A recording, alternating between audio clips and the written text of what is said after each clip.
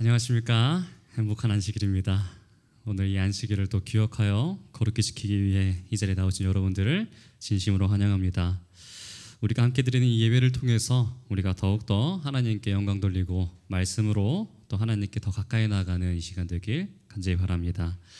오늘은 오실 그분이 당신이십니까? 라는 제목을 통해서 하나님의 말씀을 함께 또 나누고자 합니다. 마태복음 11장 1절에서 6절 말씀입니다. 제가 하얀색 글씨를 또 노란색 글씨는 성도님들께서 봉독해 주시면 감사하겠습니다. 예수께서 12 제자에게 명하기를 마치시고 이에 그들의 여러 동네에서 가르치시며 전도하시려고 거기를 떠나 가시니라.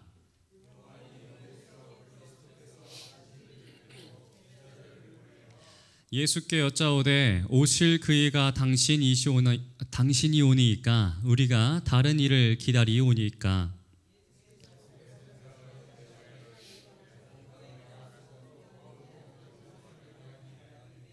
맹인이 보며 못 걷는 사람이 걸으며 나병 환자가 깨끗함을 받으며 못 듣는 자가 들으며 죽은 자가 살아나며 가난한 자에게 복음이 전파된다 하라. 누구든지 나로 말미암아 실족하지 아니하는 자는 복이 있도다 하시니라. 아멘. 우리는 지금 계속해서 마태가 전한 왕의 복음을 함께 보고 있습니다. 지난 10장에서는 우리가 예수님께서 제자들을 파송하시는 그 장면을 통해서 예수님께서 우리를 무엇으로 부르셨어요? 똑같이 제자로 부르셨고 또 사도로 부르셨다라는 것을 알 수가 있었습니다. 그리고 우리들에게 권능을 주시는 그러한 하나님께서 우리의 왕 되심을 또 우리가 함께 볼 수 있었죠. 그래서 우리가 이러한 예수님의 제자로서 예수님께서 우리의 왕 되심을 선포해야 하는 그러한 사명과 그러한 사명이 우리에게 있다라는 것을 우리가 지난 10장을 통해서 배울 수가 있었습니다. 그리고 또한 우리가 드리는 기도가 그냥 기도에서 끝나는 것이 아니라 그 삶을 통해 체험적으로 우리가 그 기도를 이루어 나갈 때에 하나님께서 우리에게 주시겠다고 하신 그 큰 권능이 바로 그 기도의 응답으로 될 것이라는 것을 우리가 또 배울 수 있었죠. 우리의 왕께서 나를 그분의 제자로 사도로 부르셨다는 그 점과 또 기도의 권능을 주셨음을 깨닫고 하나님의 길을 예비하는 사도의 역할을 완수해 나가는 우리가 되길 이 시간 기도합니다.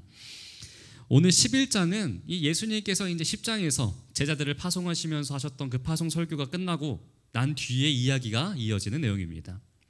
그 내용은요, 왕께서 행하시는 사역이 어떠한가를 또 보여주면서도요, 또 하나는 그 왕의 왕되심을 의심하는 자들이 생기게 됩니다.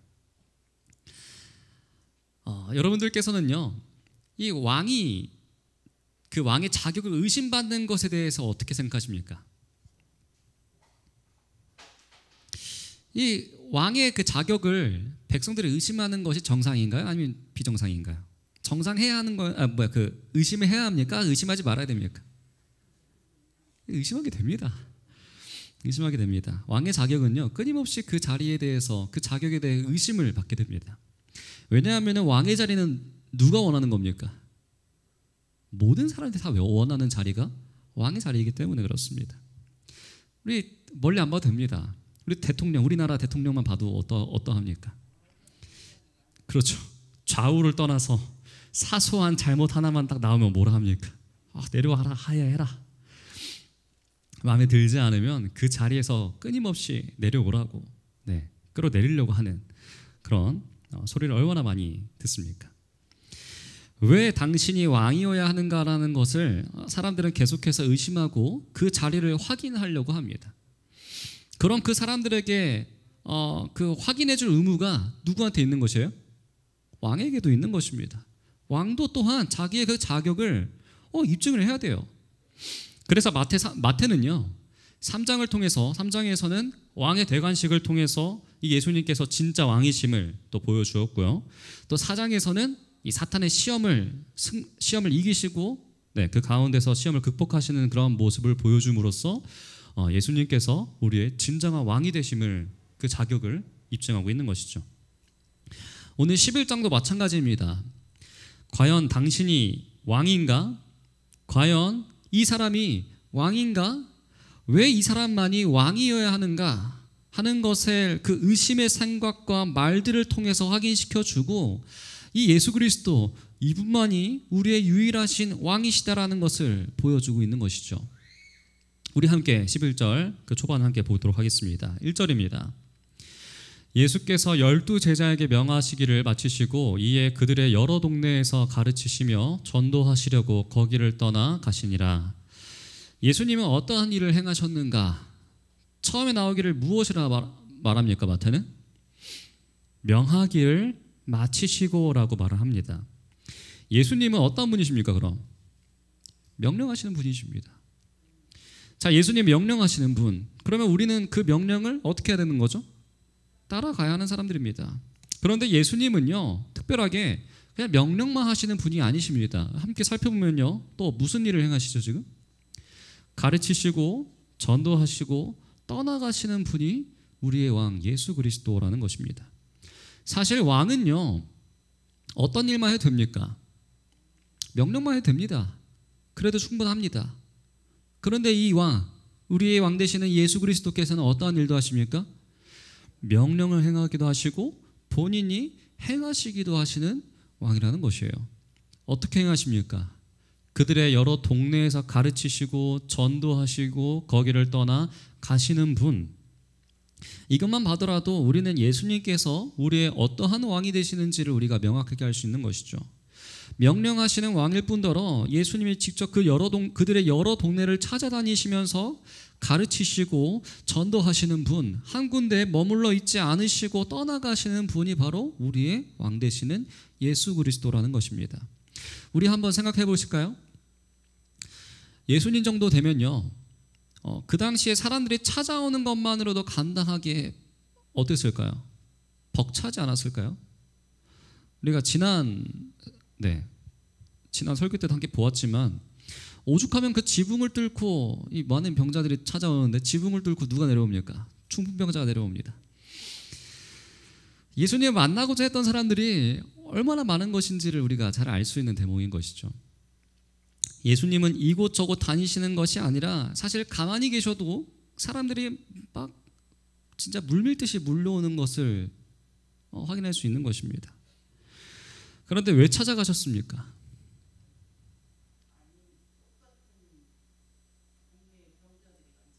네, 맞습니다. 감사합니다. 왜냐하면 우리 집사님께서 말씀하신 것도 정답입니다. 오늘 말씀에 딱 정확한 주제인 것 같아요. 우리 예수님은요, 의사가 아니십니다. 복지가도 아니십니다. 메시아이시기 때문입니다. 이분은 왕이시기 때문입니다. 한 군데에 있으면요, 사람들이 몰려옵니다. 그런데 몰려온다라는 것은요, 어떠한 사람만 오는 것입니까? 그렇습니다. 올 수 있는 사람만 오는 것입니다. 올만한 사람들만 오는 것입니다. 그런데 왕에게는요, 그 올만한 사람들만이 백성이 아닌 것입니다. 모든 사람들이 백성인 것이죠. 그러니까 오지 못하는 자들, 올 사정이 못 되는 자들에게도 찾아가시는 분이 누구시라는 것이에요? 우리 예수님이시라는 것이에요. 진정한 메시아는 나에게 나오는 사람만 구원하는 것이 아니라 내가 직접 그들을 찾아가서 그들의 마음을 두드리는 것이 메시아라는 것이에요. 그래서 우리가 예수님을 사랑하고 그분께 예배를 드리고 경배를 드릴 때 우리가 예수님께 나아가는 것도 너무나 중요합니다. 하지만 더 중요한 것이 하나가 있어요.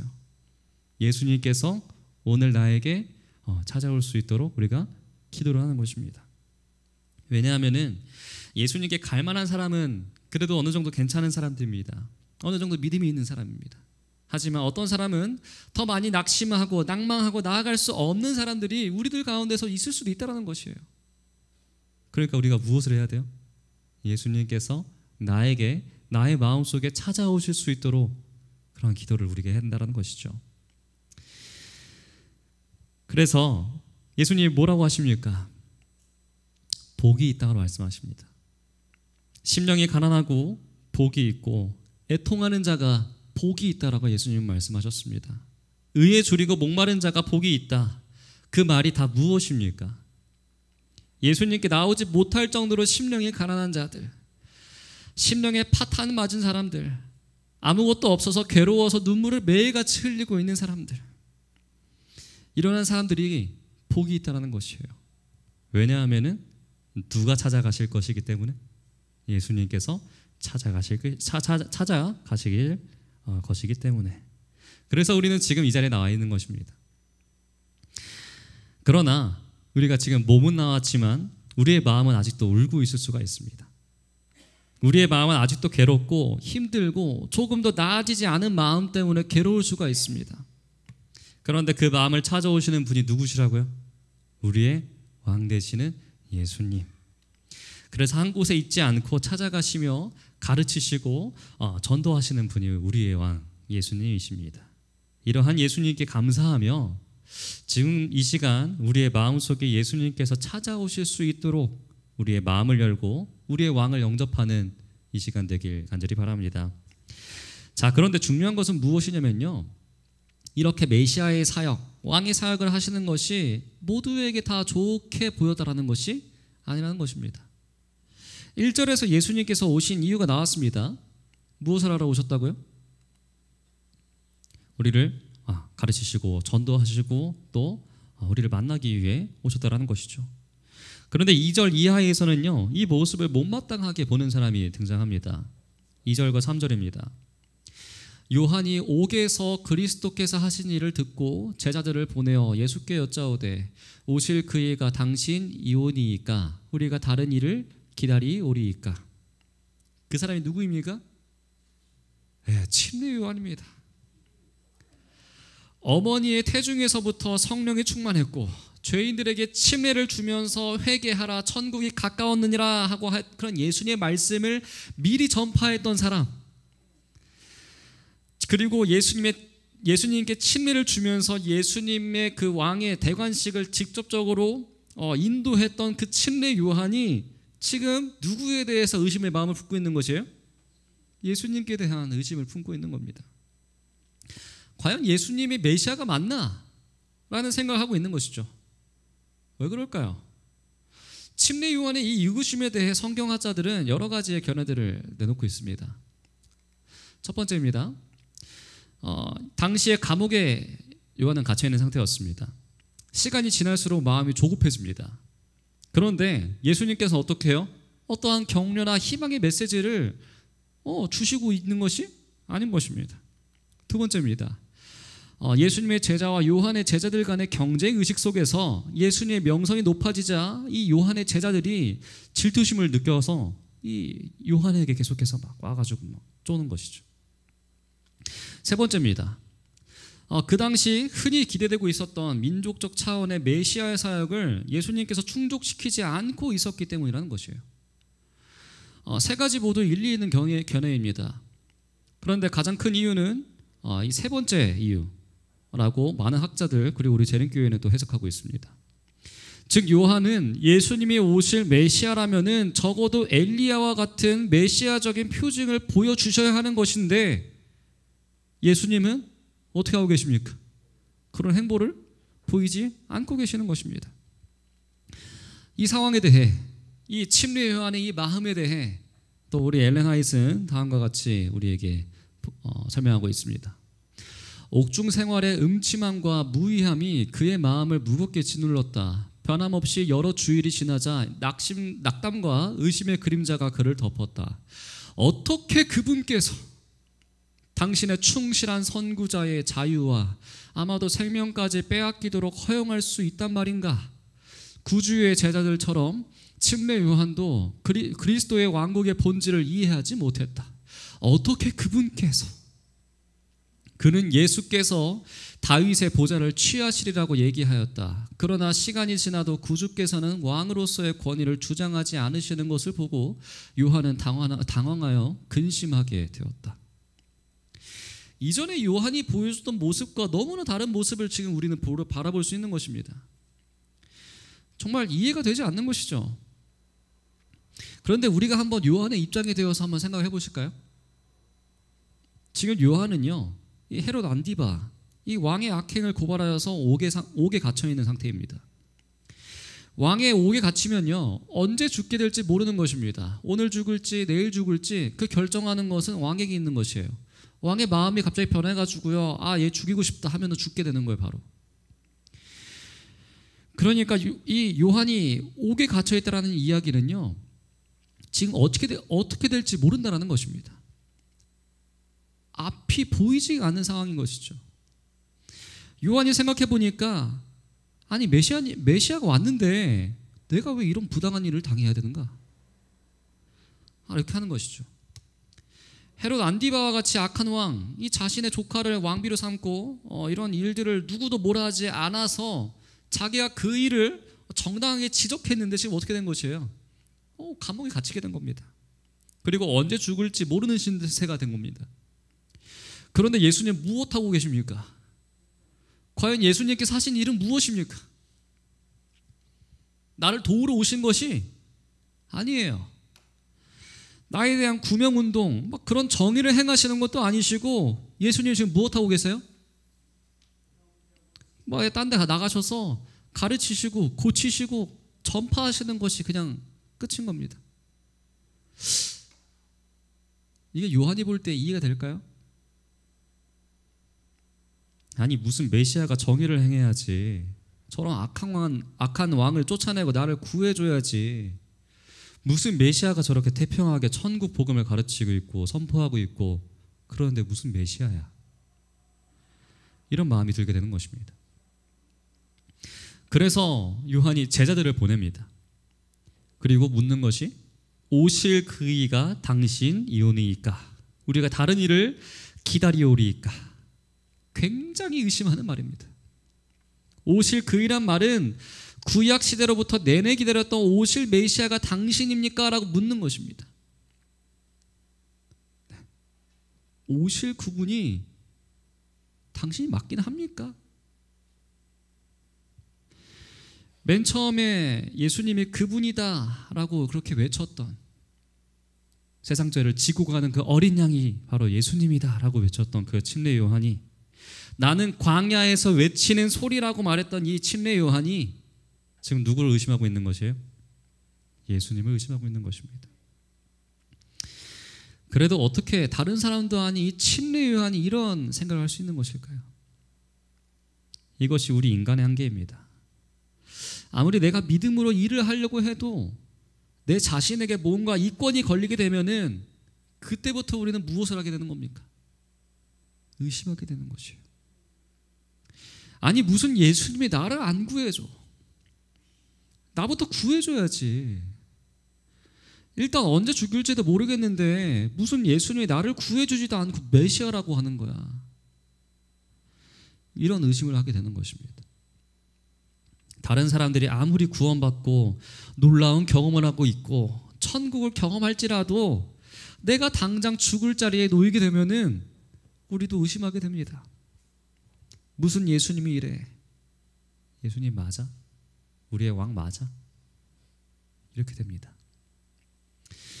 우리 성도님들과 저를 비교하면은요, 정말 짧은 시간이지만, 짧은 이 신앙의 순간이지만 30년이 안 되는 시간입니다. 그런데 이 30년이 안 되는 시간 동안 제가 종종 보아왔던 그런 신앙들이 있습니다. 교회 안에서 신앙생활을 열심히 하시고 많은 분들에게 귀감이 되셨던 어떠한 분들이 하루아침에 교회를 나오지 않으시는 겁니다. 왜냐하면 돈 문제, 자녀에게 문제가 생기고 갑작스러운 사고를 당하게 됩니다. 그리고 그날로 하나님을 안 믿게 되는 것입니다. 하나님께서 이런 것들도 나에게 안 해주시는가? 여러 학생들과 청년들 또 장년들이 이러한 생각을 가지고 있는 것을 저는 종종 경험해 보았습니다. 나에게 경제적인 문제가 생기거나 내 자녀에게 문제가 생기거나 내 건강에 문제가 생기면은 그때부터 하나님을 의심하게 되는 것이죠. 왜? 이런 하나님 나에게는 필요 없기 때문에. 그러면 여러분, 누가 하나님이신 것입니까? 누가 하나님이 되는 것입니까? 내가 하나님이 되는 겁니다. 내 욕심이, 내 자녀가 내 건강이 하나님이 되는 것입니다. 우린 나 자신을 돌아봐야 합니다. 지금 침례 요한도 어떤 사람이었어요? 광야에 나가서 예수님의 그 길을 예비하는 그 예수님의 메신저로서 이 땅에 왔던 그 사람인데 침례 요한도 무너지게 되었습니다. 과연 나는 어떠한가? 과연 나는 무엇을 믿고 있는가? 나에게 잘해주는 하나님을 믿고 있는가? 나를 보호하고 지켜주는 보호자로서의 하나님을 믿고 있는가? 아니면 내가 섬겨야 하는 왕으로 하나님을 섬기고 있는가? 우리는 이 시간 나를 돌아봐야 합니다. 우리가 마태복음을 공부하면서 계속 반복되는 주제가 한 가지가 있습니다. 과연 나는 예수님을 왕으로 모시고 살고 있는가? 나의 주인으로 모시고 있는가? 오늘 말씀도 동일합니다.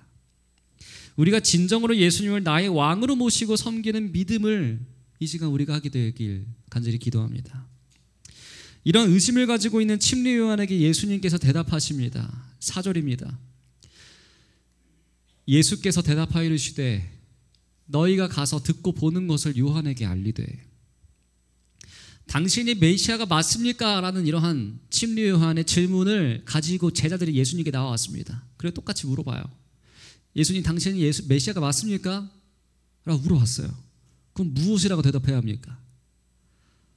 난 메시아가 맞다 아니면 아니다 라고 이렇게 대답을 해야 되는 게 맞지 않습니까? 그런데 예수님은 그러한 대답을 하시지 않으십니다. 대신 증거를 보이십니다. 대신 너희가 가서 듣고 보는 것을 요한에게 알리되, 여기서 듣고 보는 것, 이것을 제가 그 원어를 이렇게 해석을 해보았는데요, 직설법 현재형입니다. 지금 바로 되고 있는 상황들을 보고 너가 가서 얘기하라는 것이에요. 지금 너희들이 생생하게 보고 있고 듣고 있는 것을 알리라는 것입니다. 무엇을 알려주라는 것입니까? 5절입니다. 맹인이 보며 못 걷는 사람이 걸으며 나병 자가 깨끗함을 받으며 못 듣는 자가 들으며 죽은 자가 살아나며 가난한 자에게 복음이 전파된다 하라. 이 모든 것들이 다 직설법 현재형입니다. 다 생생하게 지금 벌어지고 있는 일들인 거라는 것이에요. 그리고 너희가 보고 있는 것들을 가서 전하라는 것이죠. 이게 무슨 말입니까?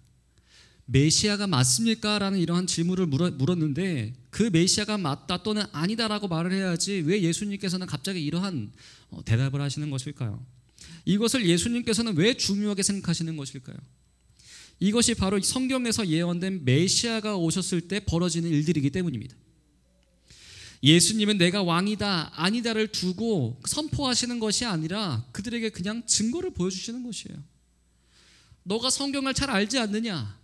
성경을 보면은 메시아가 오면 그날에 이러한 일들이 벌어진다라는 것을 너희가 보고 알고 있다, 써 있지 않느냐?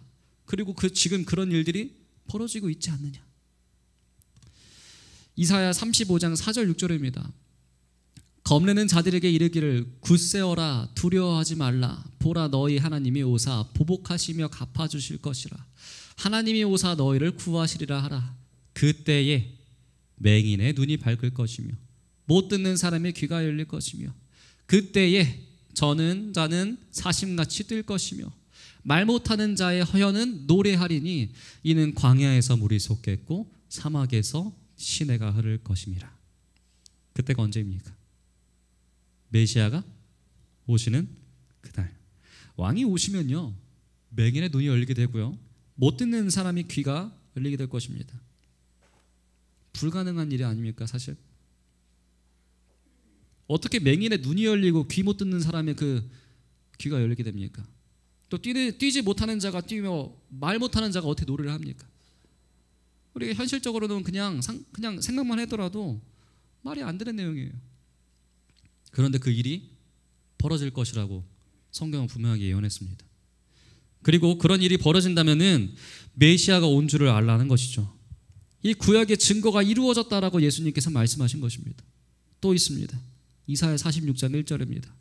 주 여호와의 영이 내게 내리셨으니 이는 여호와께서 내게 기름을 부으사 가난한 자에게 아름다운 소식을 전하게 하려 하심이라. 나를 보내사 마음이 상한 자를 고치며 포로된 자에게 자유를, 갇힌 자에게 노임을 선포하며. 가난한 자에게 복음이 전파되는 일이 언제느냐?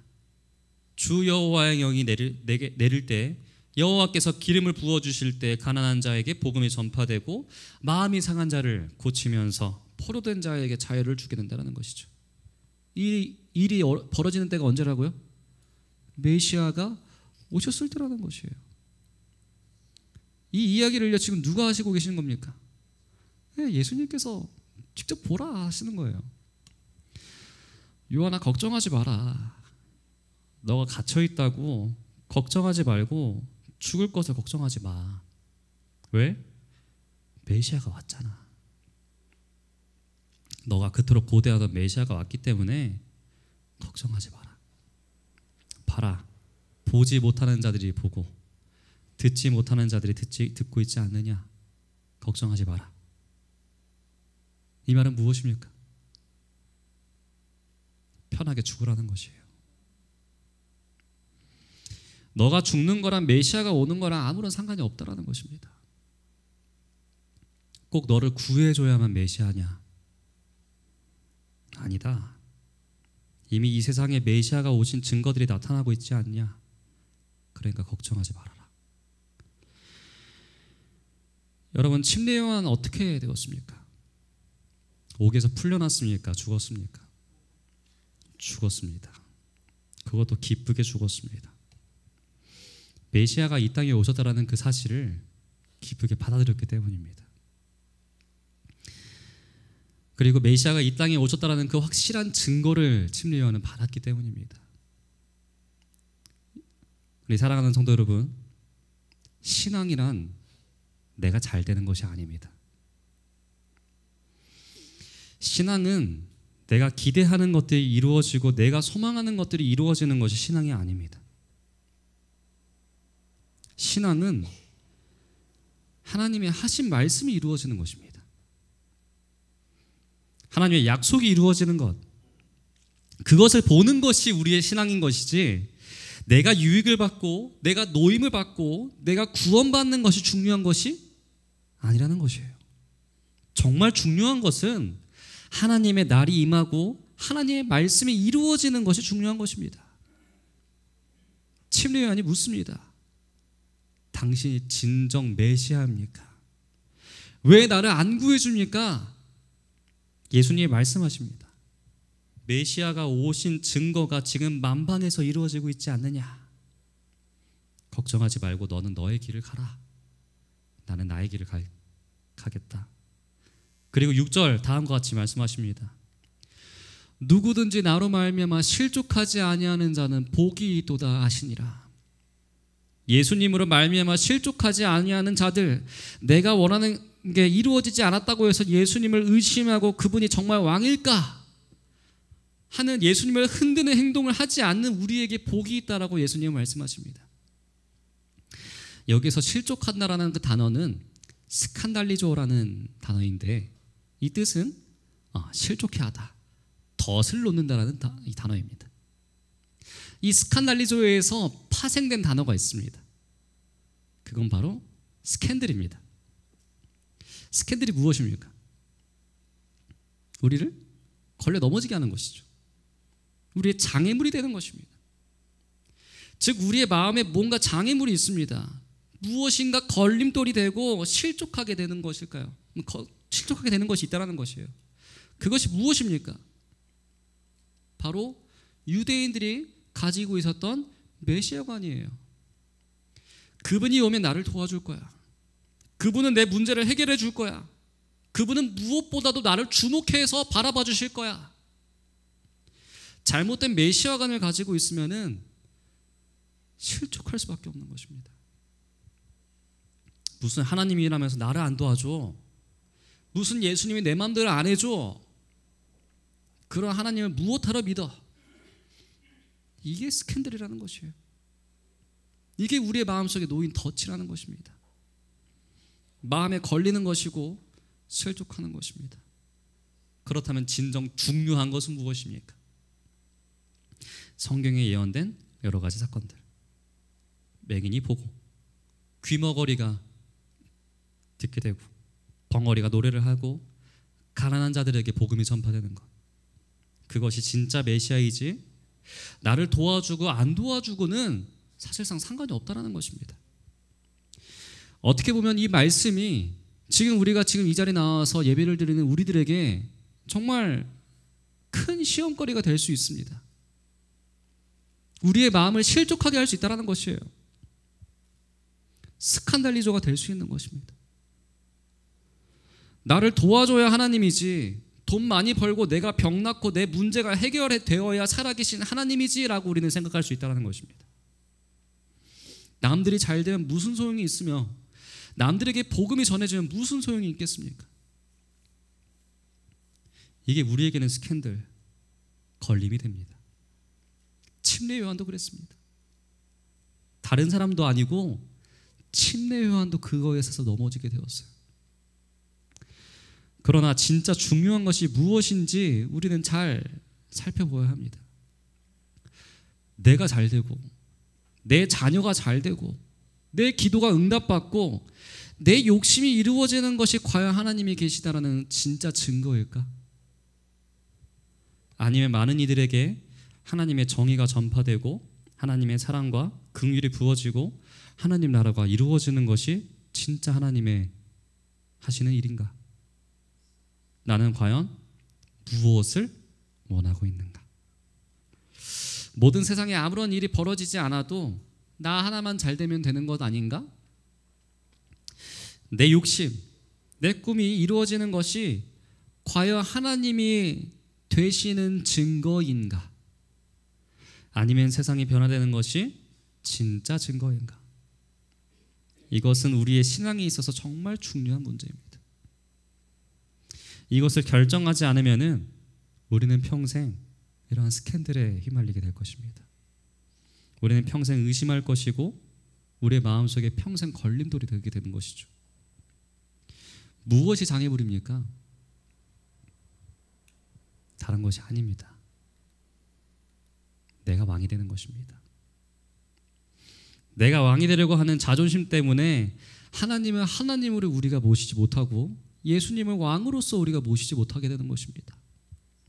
그래서 이 시간 겸손하게 예수님이 우리의 왕이시고 우리가 그분의 백성임을 고백하는 시간 되시길 이 시간 간절히 기도합니다. 내가 왕이 아닙니다. 내가 기준이 아닙니다. 예수님이 기준이시고 예수님이 우리의 왕이십니다. 하나님의 말씀이 기준입니다. 그 말씀이 이루어지고 그 말씀이 이 세상을 변화시키는 것이 우리의 꿈과 목적이 되어야 한다는 것이에요.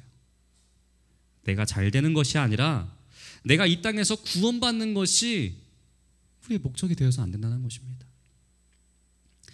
침례 요한도 이 땅에서 목이 잘려 죽으면 구원받지 못하게 될 것일까요? 아니에요. 오히려 하나님께 더 큰 환영을 받게 될 것입니다. 또 그렇게 하나님은 또 이렇게 환영해 주실 것입니다.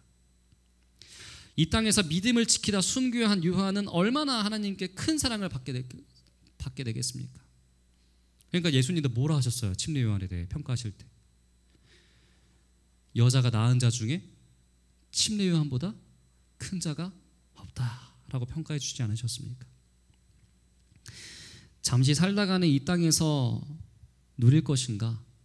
아니면은 정말 하나님 나라에서 누리는 하나님의 복, 하나님 안에서 누리는 기쁨이 더 큰 것인가? 우리는 구별할 줄 알아야 됩니다. 오늘 하나님께서 말씀하십니다. 누구든지 나로 인하여 실족하지 않는 자는 복이 있다.